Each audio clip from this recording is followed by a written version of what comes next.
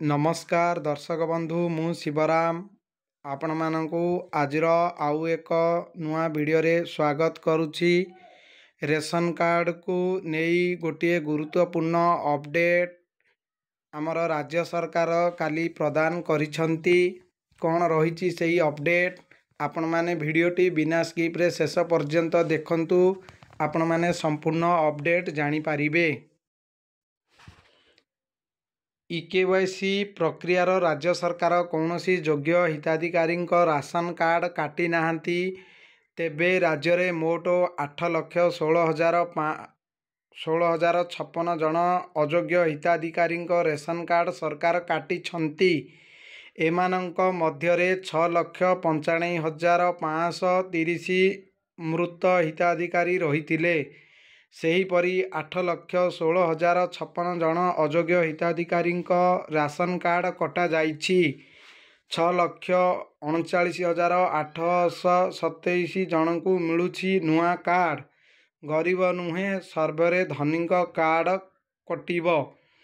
75,030 जन सरकारी चाकरिया एवं 45,496 जन आयकरदाता राशन कार्ड चाउल उठाइथिले बोली शनिवार दिन गृह रे मुलतवी आलोचना रे उत्तर रखी खाद्य जोगाण एवं खाउटी कल्याण मंत्री कृष्णचंद्र पात्र कहिसंती। एही कार्ड काटिबा द्वारा राज्य राजकोषरु वार्षिक 210 कोटी टंकार आर्थिक बोझ कमिछि। कौनसी योग्य हिताधिकारी कार्ड कटिबा आमर उद्देश्य नुहे बोली मंत्री स्पष्ट करिसंती।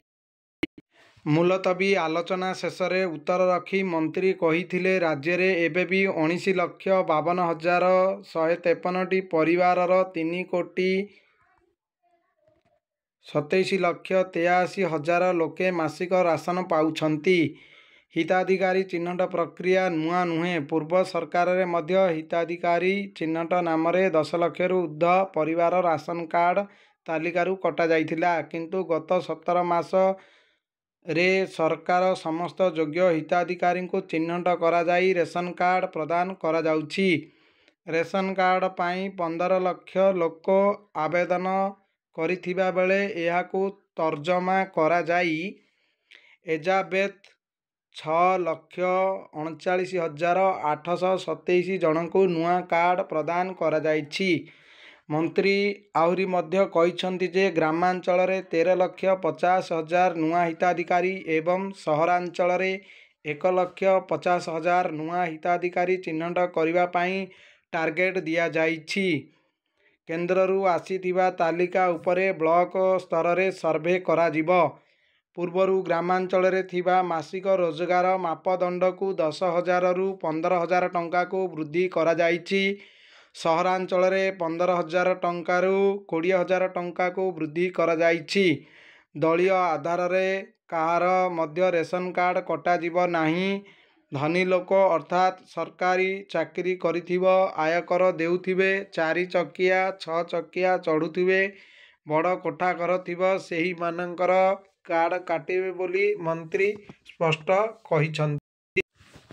एही परि भाबरे एबे आपण माने भी न्यूज़ पढ़िला परे जानी पारिबे जे देखंतु प्रथम जिंस जो माने मृत व्यक्ति थिले सेही मानकर रेशन कार्ड रु ना काटी दिया जाइछि एवं जो माने आयकर दउथिले सेही मानकर मध्य ना कटा जाइछि एवं जो माने 4 चकिया 6 चकिया जान किनिछंती किंबा जान रेजिस्ट्रेशन करचंती सेही मानकर काटी दिया जाइछि एवं किछि क्षेत्र रे जो माने इकेवाईसी करई नाहंती से मानकर मध्य रेशन कार्ड काटी दिया जाइछि।